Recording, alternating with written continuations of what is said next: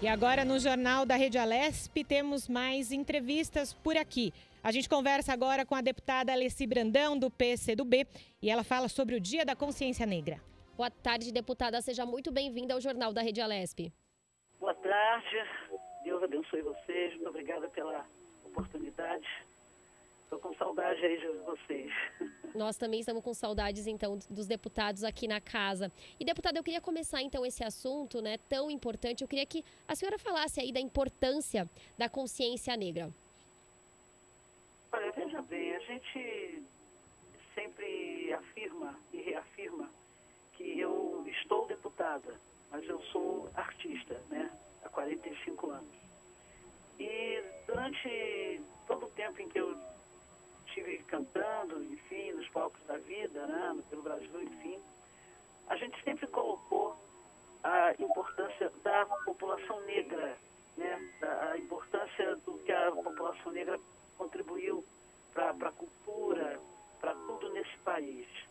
A gente já tem histórico na nossa vida de preconceitos, né, quando era, inclusive, aluna de ginásio lá no Rio de Janeiro, Colégio Pedro II. Passei por situações de constrangimento, né, ilegal, em portaria de edifício. Então, são muitos os fatos, né, que fazem parte da minha construção em relação a essa coisa do preconceito racial. Então, para a gente não é nenhuma novidade, né, essa história de consciência negra que está sendo tão evidenciada agora, né, na mídia. Eu acho que desde o assassinato de George Floyd, as pessoas acordaram porque viram todas as manifestações que aconteceram lá nos Estados Unidos e resolveram transferir para cá. É uma coisa que aqui já acontece há muito tempo, há muitos anos, né? Negros e negras são assassinados de forma covarde, enfim. Aqui em São Paulo, inclusive, inúmeros fatos ocorreram, né, dentro das comunidades, da quebrada, da periferia, em que jovens negros, sabe, foram assassinados, vários deles, e nunca ninguém se rebelou, né? Aí, de repente, foi necessário, infelizmente, que acontecesse a questão George Floyd, para as pessoas passarem a dar uma evidência maior na discriminação que existe em relação à população negra. Quer dizer, o Dia da Consciência Negra, que é o dia 20 de novembro, que é o dia de Zumbi, né, é uma coisa que já vem acontecendo há muitos anos. Eu até reclamava, porque eu achava que o Dia do Negro tinha que ser todos os dias. Ele faz parte da história desse país. Mas a sociedade brasileira, como todo mundo sabe, é uma sociedade racista. O Brasil é um país racista. Então a gente entende que, pelo menos em novembro, né, que é o mês da consciência negra, as pessoas trazem sempre esse assunto para a pauta com destaque. Justamente, deputada, sobre essa questão que a senhora falou no final da sua fala agora, né? No mês de novembro se fica mais evidenciada essa discussão sobre consciência negra, sobre racismo, mas é preciso falar disso todos os dias. A senhora também comentou sobre uma questão lá com o George Floyd nos Estados Unidos, reverberou tão forte em outros países e aqui no Brasil. Mas a gente precisa olhar para a gente mais, né? Com certeza. Haja vista, até eu vou dar um exemplo a vocês que são da comunicação, o que aconteceu com a TV? Até a TV descobriu que tinha profissionais, né, mulheres negras de qualidade, de capacidade, nunca tinham feito um programa, né, especial com mulheres negras jornalistas. Então foi preciso que acontecesse isso, uma emissora fez esse programa. Aí um assinante falou o seguinte: gente, mas só tem branco falando sobre essa situação, a pauta é negra. Aí a outra TV descobriu que tinham negras, jornalistas e tal, e reuniu todo mundo. O programa foi tão forte que ele acabou alterando a programação da emissora. E entrou um programa, acabou entrando outro, para poder mostrar que temos negras inteligentes, capazes, né, sábias, e que deram assim uma aula fantástica sobre a questão do racismo no Brasil. Deputada, falando então sobre evidenciar as mulheres negras, né? Falando sobre... A senhora está como deputada, a senhora disse, né? Mas a senhora é uma artista. Eu estou deputada, eu não sou deputada, eu sou artista, eu sempre falo isso. Isso, e a senhora fala justamente sobre essa questão artística, né, da senhora, mas a senhora está, como deputada, está na política. Então, eu gostaria que a senhora repercutisse um pouquinho com a gente sobre a questão da mulher negra na política. Qual que é a visão da senhora? Se melhorou dos últimos anos para cá ou ainda é preciso mais? Eu posso dizer a você que eu estou, assim, muito feliz, né, no dia de hoje. Nós tivemos aqui uma primeira parte da eleição municipal, né, e felizmente a gente percebe que pelo menos, né, teve mais uma negra diferente nessa história toda.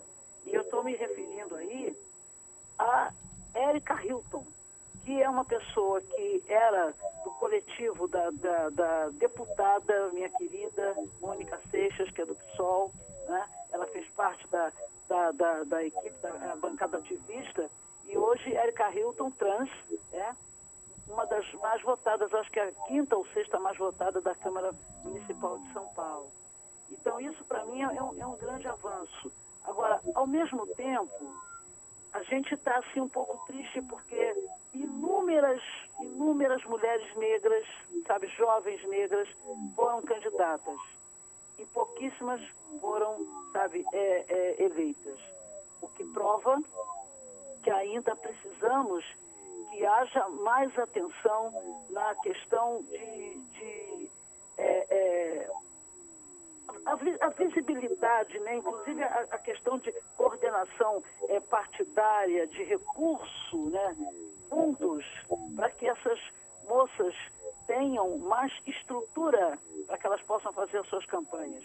Porque a gente sabe perfeitamente, não é novidade nenhuma que eu vou dizer, que hoje você tem que ter estrutura financeira, sabe, os partidos que têm dinheiro, que têm condição de poder, sabe, fazer uma campanha com musculatura, eles teriam que dar mais condições para essas candidatas.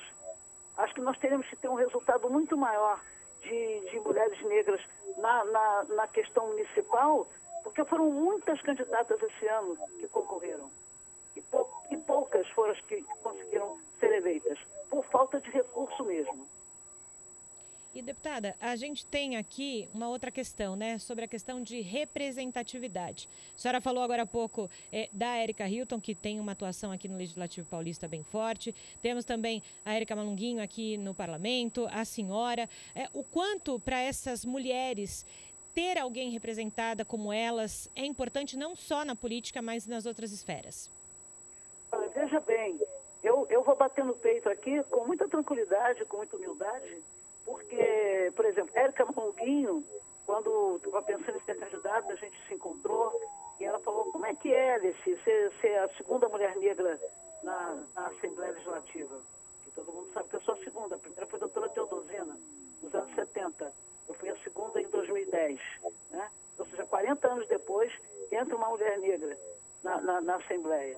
E a gente foi referência, sim, para que outras meninas também, que eu não, eu sou uma senhora, na verdade, outras meninas, né, se animassem, nos tivessem como referência e que entrassem. Então, esse número vai aumentando e é importante porque quanto mais pessoas estiverem nessa representação e cuidarem de várias pautas referentes às mulheres, que a gente não cuida só da pauta de ser candidata ou não, a gente cuida da pauta de ter espaço para mulheres negras em todos os lugares, né? Em empresas, em destaques, sabe, de tudo que acontece na sociedade brasileira. Ou seja, os negros têm que ter mais visibilidade.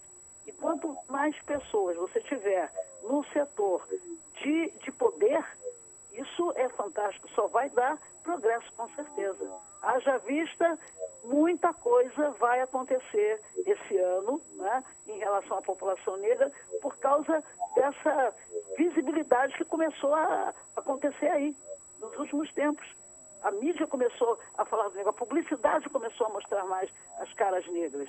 Então, tudo isso a gente observa. Eu nunca vi tanto comercial na TV com a presença de negras e negros como eu tenho visto ultimamente.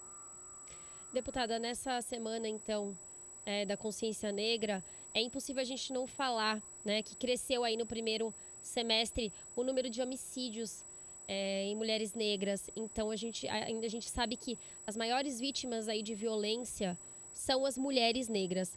E a gente falando aí de mulheres negras na política e mulheres também, cresceu o número de mulheres na política. Exatamente. A gente pode falar, é muito importante, né, políticas públicas, então, com relação a isso, mas o que o parlamento ainda pode fazer para ajudar a diminuir esse número de violência contra a mulher negra? É uma coisa que já tem acontecido, inclusive, depois também da entrada, né, de Érica, de Mônica, enfim. Tudo isso mostrou dentro do parlamento que qualquer assunto que se refira à questão de genocídio da juventude negra, feminicídio, sabe, a perseguição da polícia, né? A polícia não só paulista, mas a polícia brasileira tem em relação a ter um negro como elemento de desconfiança, a gente sempre colocou dentro do plenário, lá no púlpito, na hora dos discursos, na hora dos encaminhamentos. Esse assunto está sempre presente, até porque vocês sabem que hoje a Assembleia Legislativa de São Paulo, ela tem um número muito grande de policiais, de militares, né, de todas as Forças Armadas, enfim. Os militares também ocuparam o poder mais, né? Então, o que a gente sempre chama atenção é de mudar a política da Secretaria de Segurança para que tantas mulheres e negros não sejam assassinados como tem sido. Isso é uma coisa que a gente está sempre trazendo para a discussão dentro do plenário. Há até um posicionamento de deputados que são militares, que ficam falando que a gente só quer atingir a polícia, que não tem nada a ver, porque quando o elemento é nocivo, que tem que exterminar, tem que balear, enfim. Mas a gente sabe que não é só isso, não. A gente sabe que o negro e a negra, eles são considerados pessoas que a polícia olha imediatamente, porque a cor da pele é a coisa mais imediata que tem. Então você já é considerada pessoa suspeita, né? Quando você está aí na rua, em qualquer lugar. Esse assunto a gente está sempre trazendo à baila dentro da casa. Tá certo, deputada Alessi Brandão. Eu quero agradecer aí a sua participação aqui no Jornal da Rede Alesp para falar desse assunto tão importante, já que essa é a Semana da Consciência Negra. Muito obrigada, deputada. Obrigada a vocês, Deus abençoe, bom trabalho aí. Muito obrigada. Obrigada, deputada.